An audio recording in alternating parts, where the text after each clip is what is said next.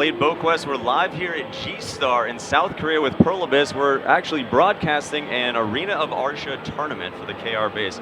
I'm here with my co-commentator, JoeNeverFails. What up, dudes? And Saveli. So, guys, it is a privilege to have you with me. Joe, we've been friends super excited for this years now. I actually was just on his channel earlier. We did some broadcasting on the mobile and also Shadow Arena. I mean, that was really exciting. Very fun this weekend. Very fun. Yeah, for sure.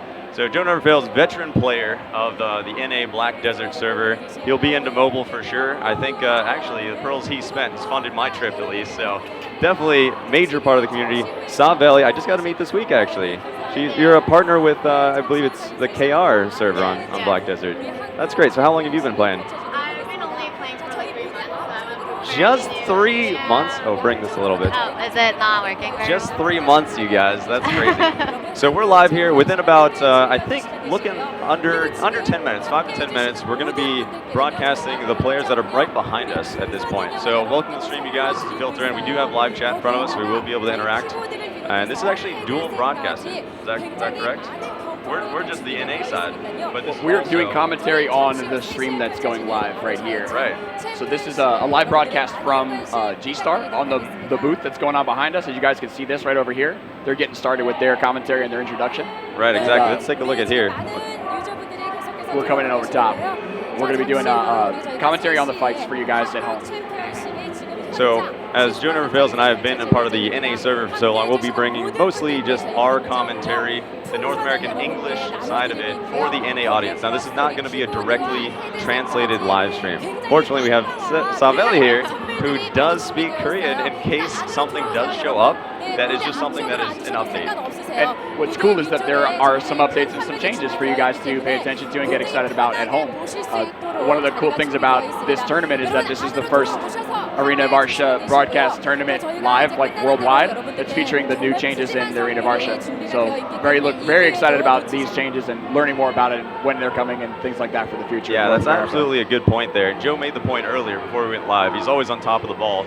Just if Saveli does in fact hear something in KR in Korean that neither of us are going to pick up on, she will stop us and we're going to go over any kind of updates that we have to the Arsha Arena, so that way the North American player base can see what they've done in terms of changes and how that might affect the live PvP that is happening today behind us. Yeah. So for the most part, you guys will see us interacting with basically chat and the fights, dictating what's going on, commentating just as we see it.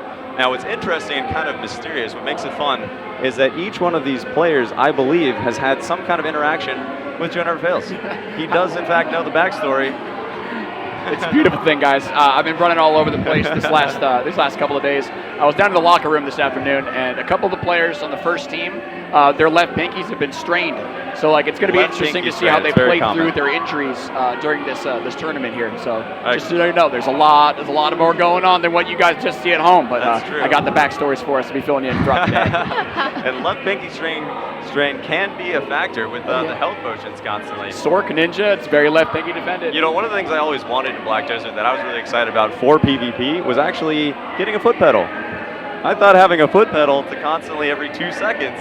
What are you shaking your head for? This is a genius idea. Ingenious. No, yeah, this is great. Here's the thing, though. As I was progressing towards finding something that would do this, to give me that blade-style edge in PvP, fairies came out. Crazy. Fairies came out. Crazy. So it's no longer necessary, as you guys may or may not be aware. So fairies will actually auto-pot for you at the highest tier every 2 seconds. What kind of fairy do you have? 3-month player. Let's see if she has a fairy or knows the tier on the spot, but that's okay. She does have one. I do have one, but... Of course she says everyone has a fairy. But I don't have any good skills or... A lot of mine have had some trouble with getting the right skills. It is tough to re-roll those. I finally got a tier 4 fairy. It took like 6 months. Do you have any of your... It was hard for me to get my first fairy. Oh yeah, the first one's a struggle. It really is. The first one I got rolled a miraculous tier 5 on the first roll. You got a miraculous tier 5? So Joe never fails, you guys, right here at every level. That's fantastic. I just kept the rest of the stats. I didn't want to spend any money. I didn't want to go through the process. That's so amazing. Just kept that one. That's really cool. So that is one of the, I would say, relatively newer features of the game. Having played the game myself since beta version back in February of 2016, even some of the updates that happened within the last year seem like kind of new updates to me. So that's one of the newer things they've added to the game. That's really a quality of life enhancement. that the community has really talked about, hey, we have a game where, yes, there's competitive PvP, yes, there's action-based combat, but every 2 seconds, every single class is needing to hit these potions. What can be done about it? Yeah. And so they've actually kept the authenticity of the combat and the skill-based combat system while adding the fairy feature, so we don't have to think about it as much, but it's still something you can progress and enjoy in-game if you grind those out. It's tough because a lot of people want those. They want access to the 2-second pot. They do. And they don't want to have to click the button for it. So then that draw has them chasing the fairy. Exactly, and that just shows you kind of the genius level of the Pearl Abyss mechanics behind the game, actually. So they've answered what the community base has wanted. We have a quality of life improvement, but it's something that we can achieve in-game. And it's something that we can really play and strive for. So let's hope everybody here at this tournament has their tier 4 fairies ready to go. I would think they do. I think mine is like tier 2. Don't say tier 2. Tier 2? Tier 2. Well, we know it. I can't get any higher. It is definitely tough. Well, we know what she's going to be grinding out whenever she gets back home and logs in for sure. Oh, I'm already logged in. Logged in right now, of Yeah, course. Of course. That is the way to do Who it. leaves their computer turned off? I can't think of a single person. Or you turned it off? I won't answer that on stream. Okay, fine. I know as I've gone to events, I typically like to just run packs back and forth, build that strength, for potions and things. All right, so this is exciting. I believe, are they introducing the teams? No, not yet. They're just stating that we're starting now. Great. Hey guys, welcome to the stream. So if you're just tuning in now, so we are live from G-Star. We're actually in South Korea right now. Pearl Abyss actually flew JoeNeverFails and myself out here. Are you actually from Korea at this point? Yeah. So you're living here. I know you spent some time in America, but right now you're more local. Yes, I am. In Busan? No, in Seoul. In Seoul. Okay, so it was just a short train ride down here. So Pearl Abyss has absolutely hooked us up with an amazing life-changing trip. It's been an incredible experience, and we've had a lot of cool opportunities to stream content for you guys, but this is definitely a very unique opportunity to be able to commentate over a really cool tournament. Yeah, I'm excited for this. This is great. This is Arena of Arsha is not something that everybody gets involved in North America, Right. but it's a secondary arena for players to go in and not have any buffs and just compete based off their gear. And let's pay attention to what's going on over here. Exactly. Yeah, well said, Joe. Oh, look at this. A lot of hype graphics. This That's is nice. great, isn't it? Nice production. I like the Arsha tournament, dude. The This is really cool. Korea Championship here today, you guys. For us, we've been asking all day, but we're looking for a team list. How this started? Is this the finals? Is this the beginning from the start? How exactly? Yes, I have. Wow. Yeah. That is excellent. That's news to me. What kind of information is over there? Just with the names and the classes?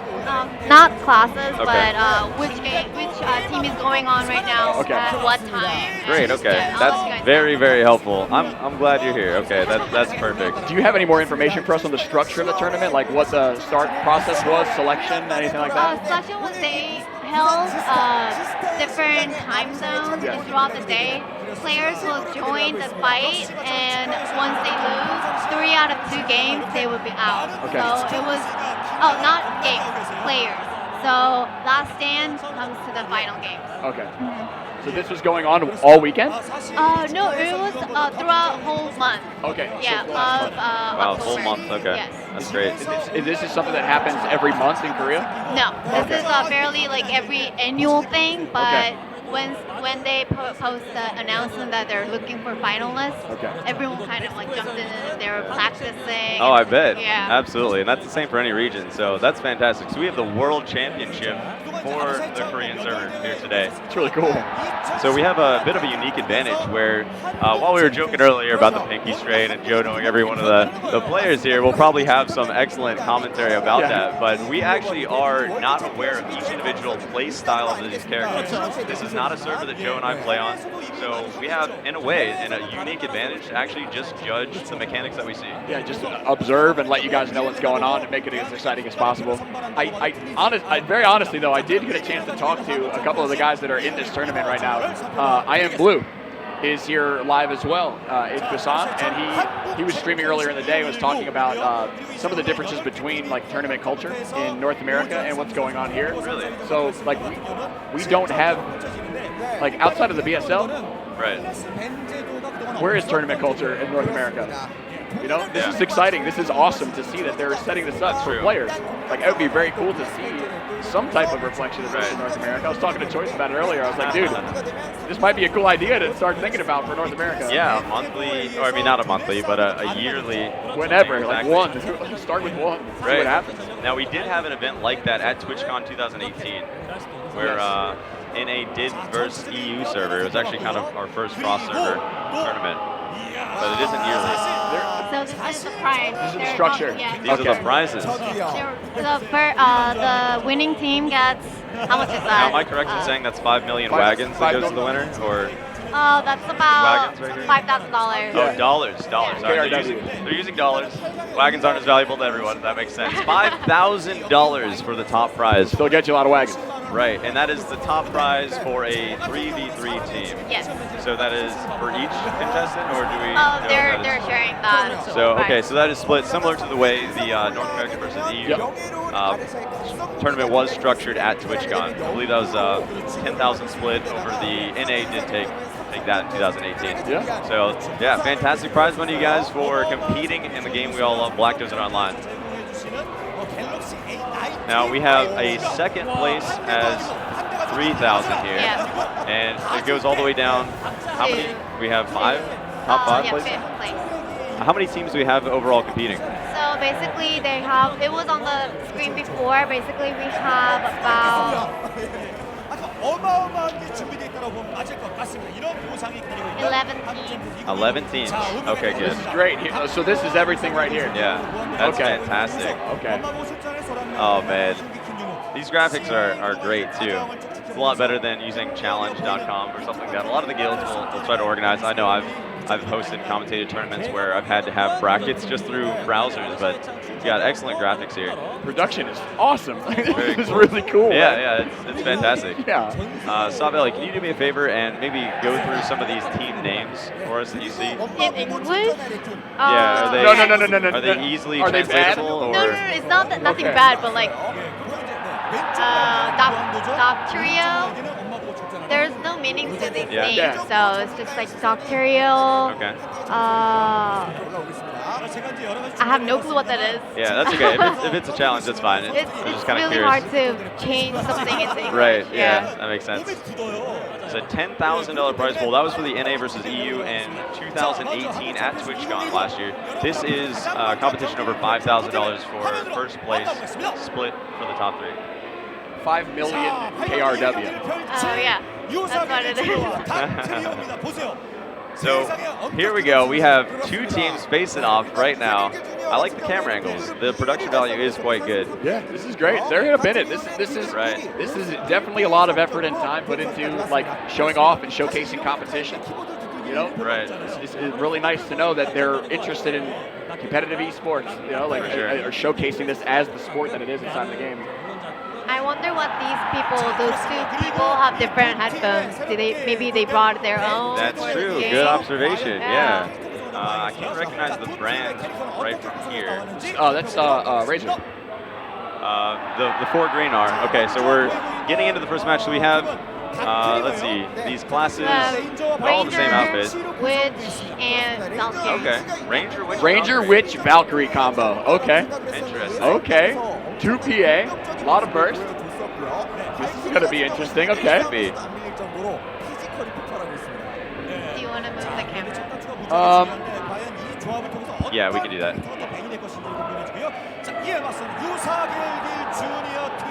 How's that? Ranger, Witch, Valk. A lot of combos in there. You got to grab. And just other than the Valk, just a little bit on the squishy side. The other team who's going against the Doctorio is Archer, Mystic, and Witch. What is the name of this team? That's the one we can't translate. Yeah, Okay. it's just something that I can't figure out. That which can't be translated is fighting Archer.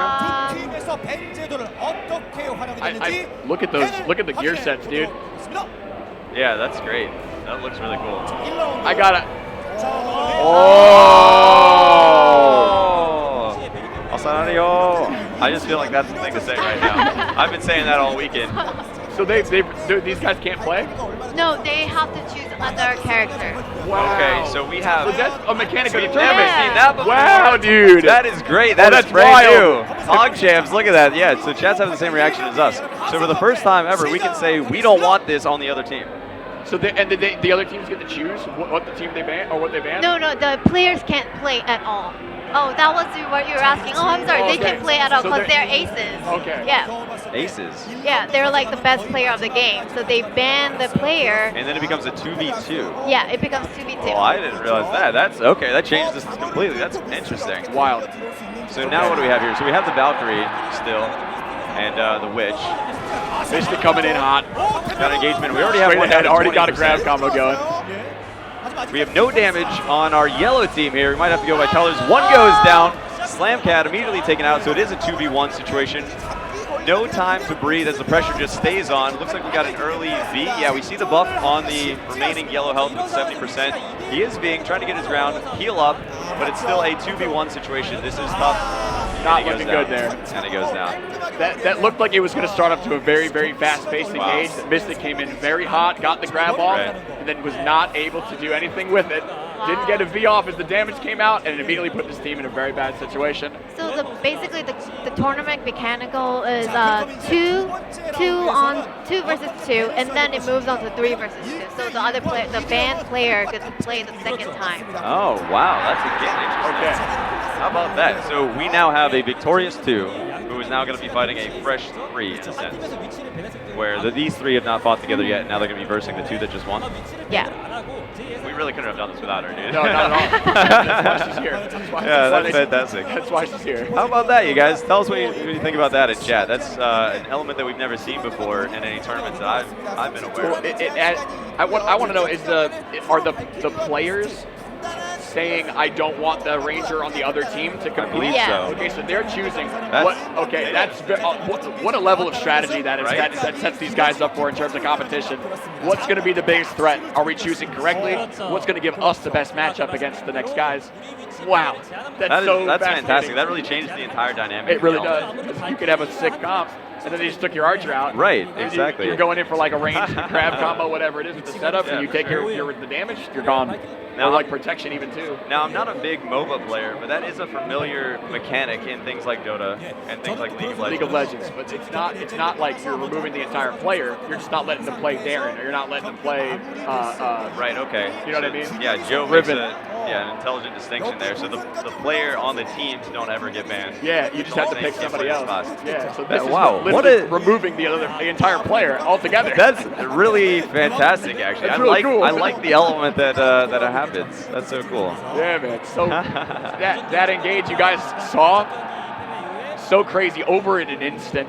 Like went in, was not able to capitalize, do anything, and put his team in a very bad spot. If you know you're in a bad spot, you've got to V. You have to V, You have especially to, right right. there, dude. Without the V, you're gonna lose 2v1 unless Right. you're playing an iframe class or something that can really support itself very well. Just like we saw with with the homie Masilas. Yeah. Coming back with the big underdog. Oh, man. So let's see this second One heck of a matchup here.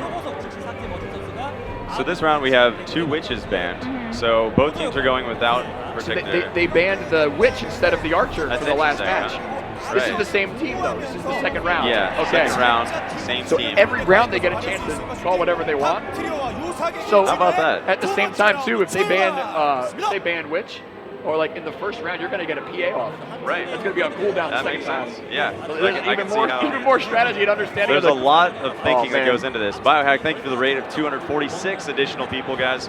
Welcome if you're just coming in. So we're live from G-Star as this 2v2 goes in. So we have an Archer and a Valkyrie fighting the remaining. This is a Ranger.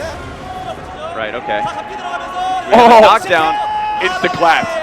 Again, the V is not procced here. Just the knockdown to the double team. 2v1. Evaporating that guy. This red team, I can read OMW there, so we're going to call them Team OMW is now up with the 2v1 again. Same situation as before.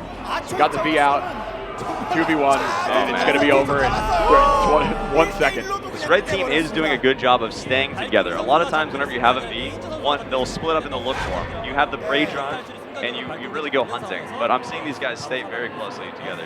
One of the things that I absolutely love about what's going on in this tournament right now is that the system and the style of competitive play inside of Black Desert is being showcased in such a beautiful way. BDO really is 1 CC and you're dead. So how are you going to be able to work at quickly getting that 1 CC, ganging up on that next guy, and moving on to the next target?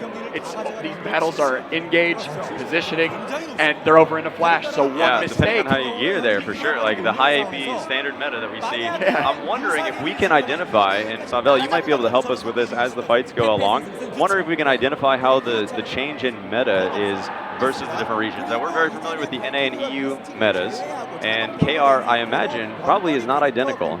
So we have seen historically that EU has been typically more accuracy and more evasion meta. They have loved their RCEs since the beginning of time, while NA is just give me my attack power and let me go. And we've really seen a high emphasis on AP for NA. So NA, we typically see those one-shots. It is possible, though, to stack enough DR or evasion, depending on the AP that we're fighting here. You know, they might be able to live a little bit longer. So I'm wondering if the metas are different. That's just something we'll have to watch for. Regardless of what works and where over there, like, these guys are very strong and they're coming ready to play. The pacing of these battles are very fast, quick 2v2s. They're going to be diving in, trying to get that 1 CC. Absolutely. And just take advantage of it. Joe's absolutely correct with that 1 CC is going to determine. That's it. It's one. You win or you die in that 1 CC. So the pacing of these 2v2s is really exciting to watch. I do like it. We do have some natural gear play as opposed to other tournaments. Yeah. We'll talk about that more later. We got it. Wow. Already knocked out from range off the bat. Immediately followed up with additional combo here. Came through with the follow-up and the heal. They came back with it. Came back and Red they slapped going down first. We now have a reverse of okay, 1v1 situation. Which versus which? Oh boy. Yeah, this should be interesting. So I believe both PAs are on cooldown at this point. We have a V from Red. V from Red here at 50% health, trying to get up there, about 65. Get some of that HP back as quick as possible. Yellow, though, confident, just standing in the middle, throwing stuff out right, so it does connect. Does not get a freeze at that point, looks like. It's going to be a tough matchup right here. These classes know what they can do with each other. Now, interestingly enough, the witches are using different pets. We have not the identical pet matchup, at least for what I saw a second ago. I'm not a witch specialist. I also am not a witch specialist, so I am. But if you notice that, so they are trying different angles here. Both are coming down to about 50 and 75%. Yellow has a slight advantage, but with Witch 1v1, this could be a really interesting thing. Neither of their class has a grab. Watch out for that gore roll. Nice teleport. That was a great teleport. Very good teleport. That was fantastic. We've got some AoE on the ground, just trying to bring the health down. Now, one thing with... as time goes on throughout this match, exactly. the HP pool of every player is going to be reduced. And it's capped at 80%. I believe that just happened. Yes. I saw it tick up to 80%. These guys are really geared. They're ripping off combos, and they're not ending them up. They're ending the other player's life. So now, as time goes on, maybe that one combo will kill somebody. We have to go back and forth. Okay, immediately into the V. That was a good V. Now that's what I like to see. As soon as the CC happens, you V, or that's the end of it. This is where the fight begins. Right? Oh, we got the knockdown from Red. This could be it right here. And Red takes the victory. Yep. So we have now a 2-0 situation. Wow. Man. Wow. That was pretty cool to see. So then they are going to be moving on. And you can use the Korean name, but what team was that moved on? The Dr. Korea. Dr. Korea? The one that we can pronounce. Yeah, the one that we can You'll be able to pronounce. say that for us, so you guys know that team. I do want to get their official name just on the live stream so the NA base can give them that recognition. I know if I was on an NA team and it was being broadcast to Korea, I would appreciate the name. So that's great. But I can't repeat what you just said. Fantastic. Congratulations, dudes. Well done. Well done. Congratulations, Diaz. So that is one moving on. Now, is there any kind of a double elimination, or is that team out now for good? Okay, so we have 10 teams left. This is going to be fast-paced. It's going to be a lot of fights. Right. Very cool. Absolutely. Wow, an actual fight with that 1 CC, yeah. what is the structure for their gear? They're using trial gear? They're using their own gear. Yes! So they're using their own gear. Let's get a high five Absolutely. on that. Hell yeah, gear. That's the way it should be done. I appreciate that so much. In an MMO like Black Desert, you can play for months and years, continuously developing that next notch of progress. In an open world game like this, just every bit of strength, that alchemy stone either avails, or if you can go past that and something else, all of that should contribute to your overall strength in an MMO tournament. Real quick shout out to the executive producer of Black Desert Online, who's sitting right outside to us. Had a chance to have a fantastic dinner last night with a lot of the BDO staff, which is amazing. So another brilliant part of this entire experience. He's standing right out there, guys. Just so you know how amazing this opportunity for us has been.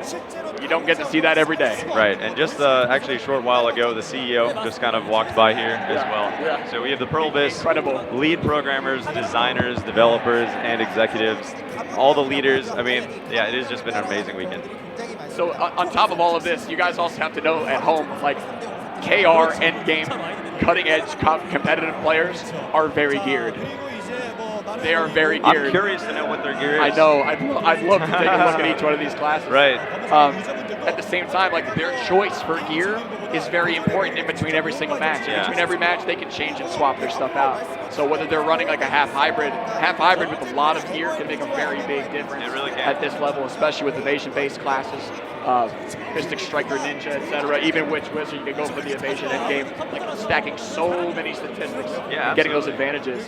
So this is Yeah, really, and Arsha Arena is the kind of thing where once you get in, you aren't changing gear at that point. I believe. No, in between matches you can. Okay, so it is not the same as for Battlefield. No, so in between matches you can swap. It does have that mechanic. Yeah. So it's very cool. Yeah, very cool. absolutely. This is as excited as we are to be able to have this opportunity. There's a lot of information that's coming to us at the very last minute. So like we're understanding the structure of this live on the stream with you guys. So we're doing our best to be able to like give intelligent reaction and commentary. Makes it more fun for me though. I mean, that works. Oh boy. Because this is the NA, or at least the typically like the English speaking side of this broadcast. So if we're learning, that's okay. You know, you guys are learning with us. Absolutely. Just like our mobile stream, a lot of that was a very good, clear walkthrough as we were learning with you guys. So that was fantastic. I don't know much about Arsha because it's my first time actually like watching it with you guys, so I'm just like a little bit like shocked as we're going because they're like, because I don't really PvP and it's really hard because I'm not really geared up for that kind of stuff. But when I'm looking at this kind of video, it's just like for a live show, it's just like shocking how much people are like they have so much AP and DP. It's just like, oh my god, all that time. Now I see why. All the time to get it. And then it just, you can see what the damage is to your opponent whenever you have that kind of gear. Yeah, absolutely. it's kind of amazing. Yeah, for sure. Oh my goodness.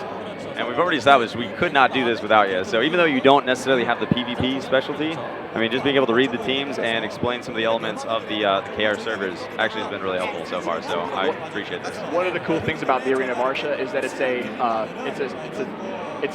like a location in the game that players can travel to. Right. Like all of your buffs are removed the second that you arrive. Players can set up a structure of teams on both sides, and then also set up the parameters of like a time-based battle, or like how many wins do you have. So it gives players a playground to be able to perform inside of, and it removes any of like your it makes you think more about like your crystal setup. It makes you think, it removes the consumables, so they're not going to have those little extra amounts of HP. It's like raw skill, and then what your decision in your build and your gear is. So like for me specifically, at the level that I play, my entire build is based off of consumables and getting the extra plus. Mine too, because we're open world PvP. That's right. And it's a totally different dynamic for that. So I rely on those foods. Exactly. The choice of going into and having like movement speed crystals in your boots, or like red crystals, everything else, like those are very like they need to be planned out sacrifices, because what do you lose in that situation? Are you going to go for more damage? Are you going to go for more this? So that there may be a lot of metas in terms of what gear you're going for, but in this type of situation, somebody's crystal choice might make a huge difference. That's a really good point. I wish we had it. I wish we could For see sure. that, man. Yeah. Oh my gosh. But what we will be able to see is the effect of it without having any kind of gear bias. And actually, that allows us to create a unique view for just the combat that we see in this tournament. So that is really exciting. In the second round, different teams. So on your left side, on the screen, we have Mom wants you to do it, like the Arsha. And then the second team is Soranme, but I don't know what that means. So we don't need the English translation, just the let's team just names call in them Korean. so. Okay, that's great. All right, based off of the names, I don't have a prediction. We have a girl on the team. I want to see comp. We have a girl on the team, yeah. We do have a girl. Leave it to the girl to notice. There is a girl gamer here in this World Championship today. All right, so we have the first lineup here. Right. We've seen our first ninja. We've seen our first ninja. Seen our first ninja, guys. And a Tamer. And a Tamer. Wow, look at this comp. One of the unique advantages that Tamer has is that their pet abilities will actually go through evasion. So they don't actually need a certain amount of accuracy because they eat people alive. The damage reduction reduces the attack that they are affected by, but evasion does not. That makes them an extremely good also duelist. offers them, it gives them a lot of chances to engage with that comp. So It does. Stealth to engage. Right. You've got Doggo to engage. Good point. Yeah. And here we have the second team. So we have a Sorceress, we have a Lon, and we have that class right there. Looks like a Meiwa. It's Meiwa. That is Meiwa. Yeah, Meiwa. Oh, full female class. Full female lineup over here. So Sork is the only class that has a stamina-based iframe. That does need to be known. One of the strongest of all the classes in PvP. Okay, so let's see here. And Sork goes out as the first ban. Sork's been banned. Very smart play. You got to remove those iframes. Interesting enough, they take out the Witch. I think they didn't want the protected area, and they just wanted to have, okay, so if we're probably going to lose our Sork. We want to go in without having a protected area. Now, I believe, go ahead, yeah. Yeah, we're removing the Witch still doesn't. This is still a very dangerous team if you remove that utility. Oh, Ninja and Tamer have incredible burst, and the stealth from the Ninja, the long distance engage from the Tamer. Yeah. So Tamer can pole vault in and actually grab immediately, and it is such a fast grab. You almost don't see the Tamer leave the ground, and you're already grabbed. I think this match is literally going to come down to the skill and the ability of the Meiwa. Oh, I'm nervous. That's interesting. Okay. Yeah. So I think it's going to the Ninja and the Tamer no matter what. Okay, Lon's coming in. Let's find out. Lon's in super armor, going for the grab and miss. Back in the Ninja right here. We don't have any damage. Everybody's been missing. We've got AoEs going down, trying to zone correctly. Still not a piece of damage on no CCs either. This is brilliant play. Teams. Now, nothing is wrong, right? They've actually just evaded 30 seconds of combat. Is that fantastic? Is that correct? Movement. Fantastic. That's almost unbelievable to me. We do have a block from Tamer, so you have a frontal block. You aren't taking health damage. You can still be CC'd during this block. They're being very cautious. This is a very unique engagement. I would not have expected something quite like this. Tamer's going to apply pressure. Here comes the Ninja. The Ninja and Tamer are closing in. We do have a little bit of damage, so the game is not bugged. They've just been that evasive. So we have some damage on the, I can't quite see it from here. Is that the Meiwa? Meiwa went down to 75%. They are still right on top of each other. Okay, so there we go. Double team on the Meiwa forces the V. Still no, we got up CC as we got our first V from the yellow team. Red also has 2 Vs popped, so we have 1 yellow without a V popped right now. They're coming out of V as they start to engage again. All players still in the field. These are very skilled players. Lon's going in, and the Lon has not been able to effectively do anything but fly around this whole match. Even the Lon with the range grab, correct, has not really been able to get that close engagement. They've been very, very wary of that grab. We've already talked about how quick the fights go in Top Gear. This is really interesting to see just how long these guys are living. So we have a fly in from Lon. Looks like it is canceled for an AoE. Doesn't connect. The double team in the meantime. Everybody's Wasn't able to back up his boy. Now it's a 2v1. And we lose the first from the yellow team here. It is a 2v1. Now, 2v1 goes in favor of the Ninja and Tamer right now. It'll be tough to beat them as a Lon. What a smart play, though. They saw that Lon was flying in and not being able to get it. The second that Lon went in for that next engage, they jumped on his boy. That is an excellent pickup there, Joe. I didn't even notice that. That makes, fantastic. These guys are thinking at a very fast level. What a smart read. Oh, man, absolutely fantastic. They picked up and analyzed that situation and came up with a strategy in 1.5 minutes of gameplay. And there they go. They finished it off. That was a brilliant match to watch. That was absolutely so cool. Wow, man. I really enjoyed that. Is it true the Tamer is the most popular for PvP players? I hope not. Oh, okay, that means yes. I hope not. I don't believe it is the most popular. It is very skilled. It definitely has an Okay. advantage in 1v1s as it just works through the evasion that you would have in your gear. And gear is typically like at least half of it. Tamer's a really good choice for 1v1 PvP. It really is. Okay. So Hard to beat it. Tamer has combos that are based off, I believe they're magic, and it does magic damage, and the pet will ignore evasion. So that damage is going to come in and burst. They also have the ability to hit you CC and CC you while they're knocked down. So if you're on the ground, the dog can still crowd control players that are Right. coming at you. Yeah, the dog actually fights independently of the Tamer. So the Tamer can BCC, the dog can finish you off. Not only do you have to stay protected by using super armors against the Tamer itself, but you also have to be aware of where that dog is and how you're going to stay protected. That can affect your combos. You might not be able to play the way that you want to play against 2 targets. That's very true. Yeah, that's really well said. Dude, that match, oh my gosh, what a great match right there. That was absolutely fantastic to watch. That was a real privilege.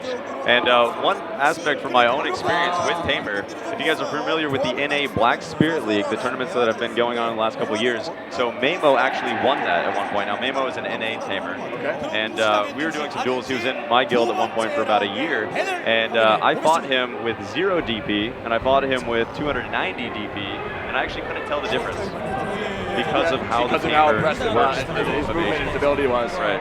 So really interesting here. They've changed up the bands. They don't want the Tamer. Of course They don't want the Tamer anymore. They've learned from that first match. I think that's smart. I think that's really better than the PA choice. But see how the ninja can still provide a lot of Oh pressure. yeah. Oh yeah. This is still strong. The big difference is the switch up of the lawn. So they don't want to fight the lawn. How about that? Because they actually took advantage of the lawn's, not mistake, but just normal abilities. It's not even that Lawn made a mistake there. I think they were just able to capitalize. Like, think about how much presence that Lawn had by just affecting the way that they had to Right, move. just having by a range grab, you do avoiding have to that fight grab. differently. So we have a direct engage damage immediately, a little bit different than round 1 here. This is Kuno, Ninja Witch versus Kuno Meiwa. Sork trying to get some kind of AoE down, countered by the Witch AoE that comes in. Ninja goes in for a dive, so we don't still have a CC yet on the field. Sork, pardon me. Sork is very isolated at this point. I feel like that could have been a big engage, but it didn't occur at this stage. Okay, so we still have Sork as the front runner, which is kind of interesting. With the Meiwa. The Meiwa has fantastic speed, so they're going to be able to capitalize on what the Sork will do. This is really important too because you almost have to go for the Meiwa first, and the Sork knows that. It's so hard to bring out a Sork first. Yep, and you're really going to have a lot of trouble. You can still have trouble 2v1ing a Sork. Oh, so, yes, you can. Kimmy got the CC, wasn't able to capitalize, but here comes the 2v1, the gang up, and the dog pile. Savelli lets out a no as she knows that the end might be near. The Sork and the Ninja both beat out. Meiwa. The Witch and the Meiwa are left. Okay, so I didn't quite see what happened there. That looked like a log elbow substitution ability. We do have a knockdown. Knockdown with no damage to capitalize. They get up. They get up. And the double right back to back forces the V. All Vs are popped at this point. We do have looks like the Ninja's at the lowest health right now, but this is anybody's match. Some serious damage coming through on the Sork. That is not an easy thing to do. We don't have the Sork. Okay. Sork trying to get a range CC. Doesn't connect. Fireball. That was I-framed out by the Sork. That was well done. A lot of pressure on the switch right here. Meiwa just trying to get some chip damage, turning to hit. Oh my goodness, the block the up Meiwa goes down. 1%, and the Meiwa, I'm sorry, goes down. Oh my god. Oh, but the Ninja goes down. Now we have a Sork versus the Witch. Oh my goodness. While Red may have had a huge advantage, I don't think it can go their way anymore. 20% left on the Sork. I still think the Sork is going to be able to 1v1 this Witch, no question. Let's watch what happens. Witch just trying to heal up, keeping the frontal block. We don't know. Let's see, Sork is still out of range for any kind of engage Just here. letting the clock run right now, 50%, 50%. That's interesting. Let it play. Do you think the Witch is hoping for the health bar to go down, or do you think the Sork is more interested? I think that the Sork is going to feel really confident. The Witch is very, very mismatched right now. Right, you would I think would so. not. I would be worried if I was playing this Witch. I don't know why the Sork isn't engaging closer. That's what I'm wondering about. I think they want to use time to their advantage. I'm confused by letting this 15 seconds run down. It feels like the Sork would have such an advantage. If somebody could come in and just get a couple of bits of damage off and then run. Which is a good kiter though. And the Sork taking 9% at 3 seconds, 2 seconds, 1 second. So we have a 10%, 1 second. And the team goes red. The Sork team lost. What? That, I never would have expected that. Think about the strategy there, okay? Just like we said, Maywood was going to be the first target, and Right. they knew that. As the Maywood was getting targeted, the Sork took out the Ninja, so it leaves a very, very bad 1v1 there. However, both players knew that it was going to come down to almost time towards the end. The Witch knew that Sork had to get close in order to kill him, and he came in. That's crazy.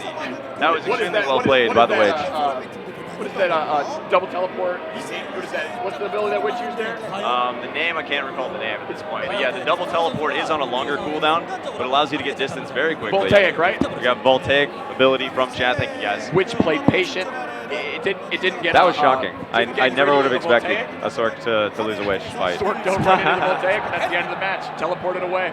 That may have been the first time I've ever heard of something like that even happening. I mean, everybody, at least in the NA side, thinks Witch cannot duel. And we just saw a position where they won against the Sork. Well, it was very interesting In a because world championship. That Sork was not aggressively engaging. How? Yeah, everyone, how is in chat, exactly. That was just so well played by the Witch. JoeNeverFails did break it down to us effectively before. I think, yeah, that makes sense, but that's just shocking. Man. Wow, that was great. It's exactly right. That was really great. Well said. That passive play cost them the match right there. We were both wondering why the Sorceress wasn't engaging immediately, because it has the iframes based off of the stamina bar, and so it constantly is regenerating its ability to just use iframes. All right, we're into the next match here, and we have, it looks like the Tamer and Witch versus the Lawn and Sork. Can't quite see with that camera angle, but we have the Sork. No, we have the Lawn off on her phone. So let's see. So the Lawn is Team Yellow. So the Team Yellow a little bit split. Red is appearing to be a little bit more aggressive. From the comps, it really could go either way. We have a little bit of damage here on the Tamer. Tamer, though, is easy to CC whoever applies that damage, so she's not in huge danger. Coming at the Lawn. Lawn looking for a grab. Was not able to get it again. We do have that pet just throwing ink everywhere. That is a big pet ability that you don't want to be hit with, and they evaded it quite well. Oh, the dog is just There's the doing dog, its own yeah. thing. The dog is chasing the Sork. We got a warrior here for a second. Warrior Just representing. Absolutely. Always good. Okay, we do have some pretty big damage here on the Lawn, bringing it down. Everybody's taking AoE damage as this. Did someone be there? Looks like both It looks of them like are double forced to be. Looks like we were down to a 1v1, but nobody is dead yet. So the Vs are going to be coming back in to change the element of this fight. Which trying to get some range. Tamer back here. Okay, so they disengaged both teams. I think we had a V on each side. We had about 30% damage, and both teams actually disengaged there.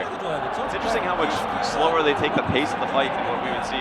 Well, they know how important each of their health pools are. Right. If they sacrifice and they go in foolhardy, the match could be over and they lose the opportunity.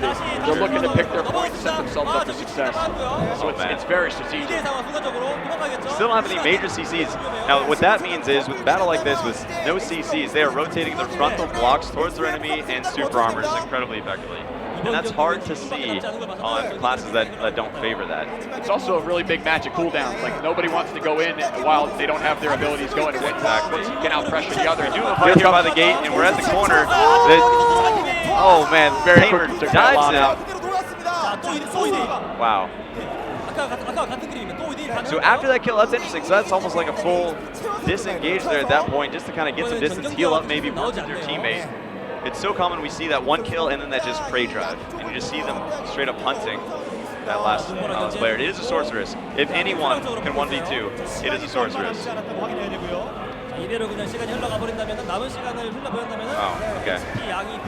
We've seen many reversals from Sorceress, including actually the NA versus EU World Championship just last year. This Sork's going to have one shot. Gets right. The Tamer could be pretty hard. I think they can do it. Damage coming down on the Witch. Good. Oh, yeah. Sork takes that fatal blow. Wow. Dude, I did not expect it to go that way. That was so cool. And that's one of the things that I think we have the advantage of not knowing their gear. We can't really say, all right, this person has this many pins, it's going there. We're actually just watching how these players are fighting.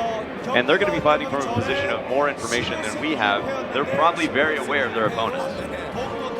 I think that they definitely have more information than we do. The way that they wrap around their strategy and how they're going to engage and what they're going to do is probably changing from fight to fight based off of the opponents that they're facing. So Yeah, it's got to be. We don't know, if they have evasion, but they typically do because if this is the World Championship, they've seen each other in Node Wars, they've seen each other in Siege, Open World PvP, taking each other's Arsha or arena, or not Arsha arena, but Arsha server grind spots. So they probably know, does this player have more AP? Exactly. They know who these guys are in the community. Evasion. If you guys are tuning in with us today, happy Saturday, everybody. If you're tuning in live, this is the Arena of Arsha 2019 Korean Championship, broadcast live from G-Star. For you guys who are wondering at home, this is not level 60. This is not trial character gear. These are each and every single individual player's gear that they're bringing to the table right now. All of their experience. That makes me so happy. I can't even express it. That is great. Well done, Pearl Abyss, on that choice. Nicely done. So anytime you have a tournament, I feel so strongly, as strongly as you can. It's an MMO.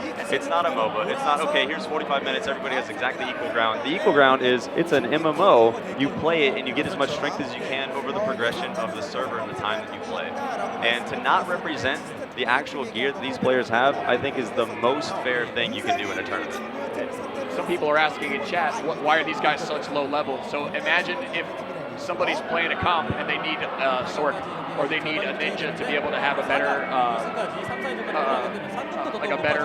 possibility for success. They might not be playing their main grind character. They grind a 63, 64 Mystic, but they want to go into solid PvP and they have knowledge in that class. Why would they have a 65 class?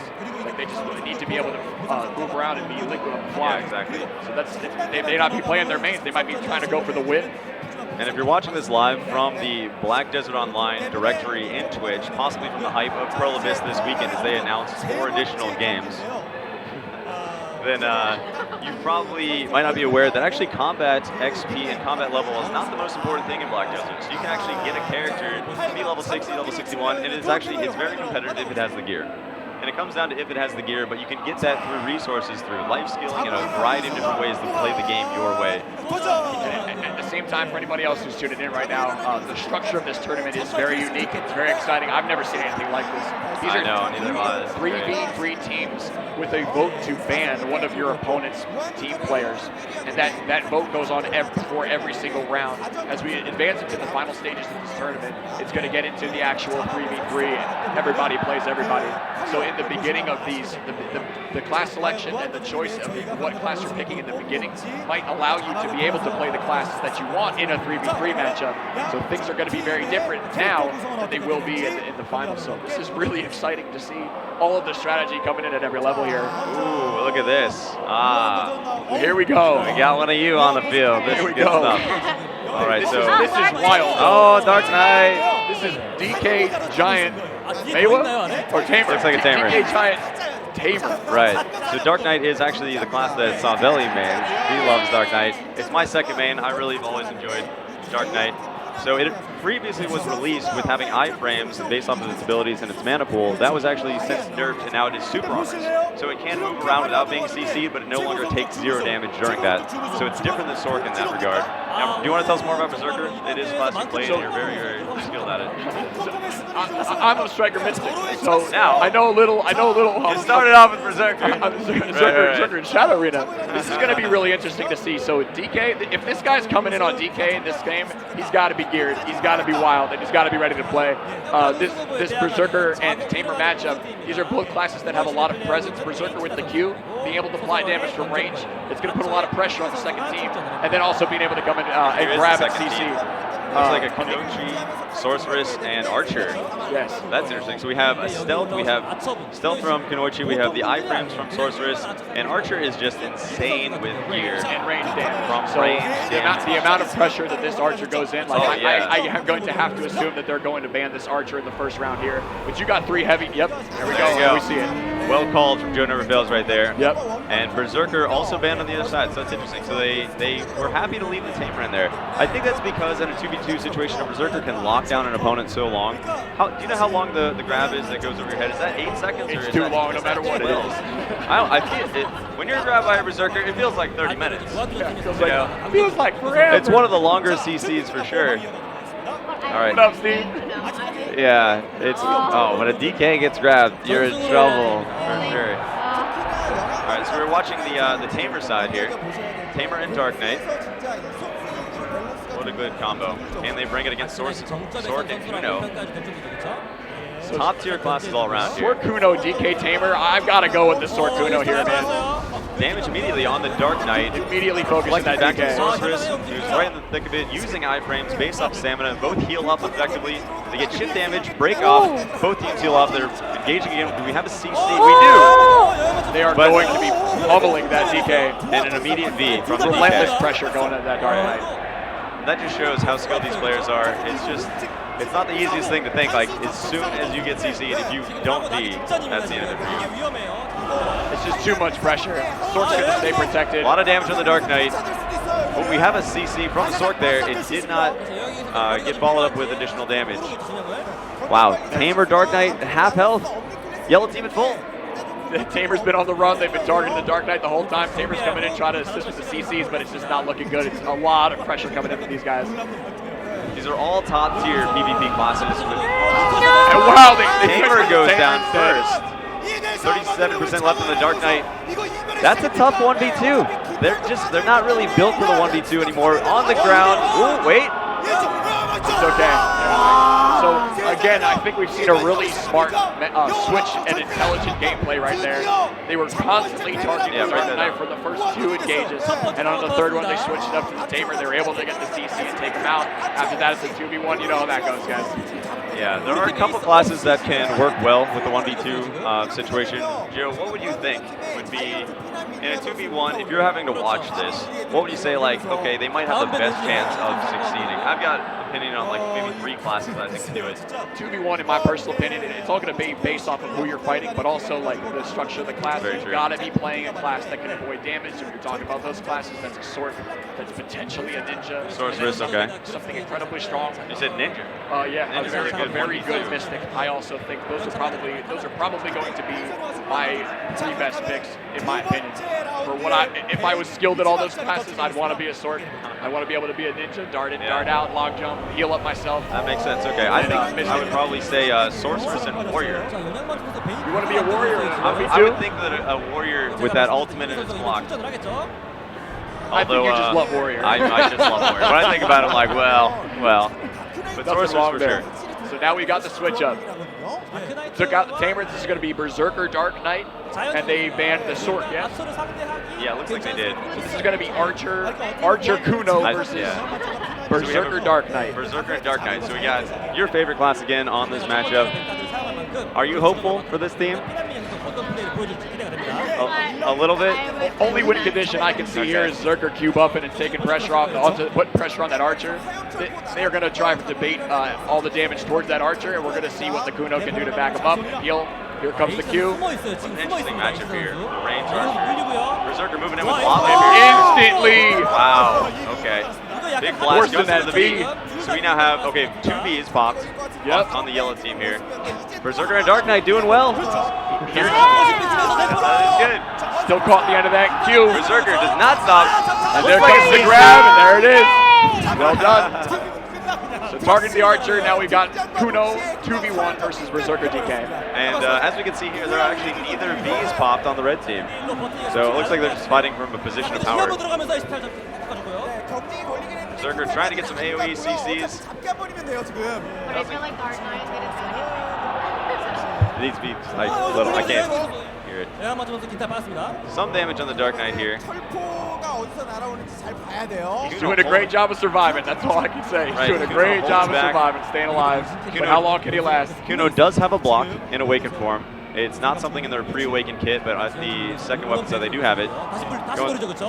Okay. One of the bigger damage moves did not connect. Great movement, targeted the DK. Trying to get that super armor and iframe rotation. Trying to force a favorable situation the best they can to get some If the separation Kuno can between the chase down Berserker. this Dark Knight, but the Berserker... He can pull it off, and he got him! Now it's a 1v1! He did! Our Berserker here was definitely trying to stop that from happening. This match is it's completely flipped upside down right now. Now you got Kuno Zerker. Kuno Zerker, both players are capped at, I believe it's 80% at this point. Oh, the Zerker came in and got the grab, and it's just over like that. Oh, that is a high AP Berserker. Wow. That really is. So much respect for that, Kuno. Well Savelli, the Dark Knight team did it. They did it. They won. The Dark Knight did die. That's true. I'm sorry. has to be a little closer. Do you guys know the skill of the Kuno that actually like took down Dark Knight? No, I didn't see it. Ankle cutter. I don't know. I feel like that's it. I'm not That was familiar a lot enough. of damage. Yes. Yeah, it was, especially. Just like we said and analyzed at the beginning of that matchup, that team saw their win condition. They were able to effectively create it for themselves. They caught the end. They forced the V. Wasn't able to avoid the end of the Q. They put themselves in a 2v1 situation. Everything was reassessed, and that Kuno did very well to dig his team into and put their team into a more favorable situation, but just not able to get it off. Just got that grab at the end. It's over just like that.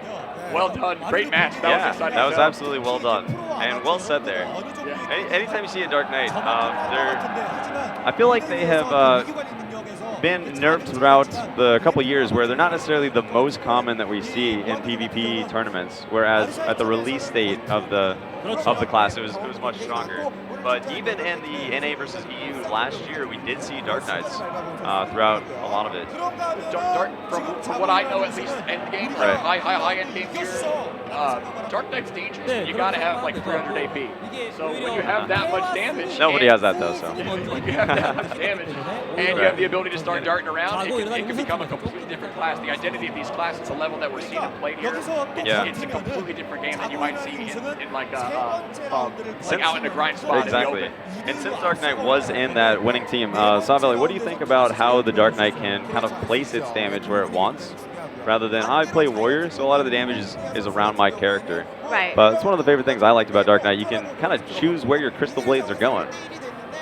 But it's just that Kuno and Ninja, like those up-close battling characters, it's really hard to aim I agree with that character opponent. So it's just like my damage is going nowhere because they could just in and out so fast. It's really hard to go against Kuno and Ninja as well. So I love Dark Knight. I can see that. But she really loves Dark Knight, you guys. Seriously, like, oh man, like she needs to be. I'm saving my words. Never mind. She will not say that Dark Knight needs a buff on camera. Okay, I might say it. And pretty much one of the only things you can do at that point is I don't know the name, but it would be WF, just kind of like darting through somebody that does engage you quickly, because it will teleport you through the character to apply some damage. Maybe the Dark Knight can get range, but against Kuno and Ninja. But when I was learning how to PvP against the Ninjas and Kunos, people told me not to use. They told you to run. Yeah, they told me to run. Use that skill in order to get away from the character. The WF? Yeah, WF. Right, okay. Yeah, don't engage. Not necessarily go through them, but turn it. Yeah, so just go on that way. Right, okay. Go run the other way, yes. Don't blow it for engage, save it for retreat. Yeah, that makes sense. That makes sense. You definitely have to be very aware of what's on cooldown so that you can play smart, whether it's open world PvP or a tournament like this. Alright, so we got a little bit of time, a little bit of extra time between this match and the last one. We're still in the middle of that, or was that 3-0? Was that the final of that last game? What was that? I can't. And we eliminated 2 teams. I feel like that was 3-0. Yeah. Okay. So we've got 2 eliminations of 11. We got 9 teams remaining for the rest of this tournament here, guys. If you're tuning in, we're live from Busan, G-Star 2019 for the Arena Arsha. You gotta keep remembering, Korean Championship 2019. So happy to be here today, man. Saveli, can you help me out in chat? Is there any chance of this happening? We don't have to read it out here, but looks like there's some things in chat. Any chance of that happening? I'm just kidding. So one of the things with Dark Knight, though, it's all right. We can tease each other. It's all right. This is broadcast here for the NA audience as we're going through. But so one of the other things with Dark Knight, right? So you can actually place these crystals that are in blade forms. One of the first things that drew me to the class are 2 blades that hover behind the character. So one thing that I've really enjoyed playing there. So you can get that mid-tier damage, but again, once those guys do get close, that is a disadvantage. But that was the team that won. So let's see what we have here in round 3. They didn't ban Zerk. That's something. Wow. Why? I actually think that this is I think that they're trying to flex on this team right now. I think that they're that confident they're willing to ban the class that may not have as big of an impact, and they're going to go for the rest. So I think that this is definitely a challenge. This is a statement from the other team. So, and here we have Berserker and Tamer. So Tamer, as we've already seen, has had pretty strong burst damage. They have the frontal block from the Awakened form, and Berserker can lock down an opponent so that Tamer can, in fact, do that and burst them down. Versus the Sorceress, okay, we've got pretty big damage here on Team Yellow. We've got V's popped already, so neither team has lost an opponent. It could also be a statement that they don't know what's going on, as we see right here. Sorcerer's still high health. We have a lot of damage on the Tamer, that's 10%. Evaporated. And we've lost. One ground lifting, goodbye. Again, Ranger, like, that icon is a little bit blurry with Archer. Yeah, the Archer was deleted from the game and has successfully uninstalled BDO. Dude, he lava pierces straight into ground lifting at 50% HP and wiped him off the map. So now we have a Sorceress. Again, the 1v2 that we were talking about has an advantage over a lot of the other classes. Savelli, which way do you think this one's going to go? Oh, we just lost the Tamer. We're back to the 1v1. Berserker versus Sorceress. So we have long lockdowns, grabs, and CCs versus the iframe base from Stamina from the Sorceress. Both strong duelists. This Berserker's very good, so it's hard to say that one is necessarily a better duelist because it'll come down to how they play. It's going to be a hard match. Right. Berserker's going to have to close in here and engage, and that grab might be the CC they need. Really great rocket jump out of there. Both players playing it pretty passively, capped at 80%. There he goes. That's it. That's the match right there. As the Grim Reaper gets charged, the Berserker moves in for the grab. Good night. Oh my Wow. God. It's over just like that. That was well done. Now, we only saw it for a second, but the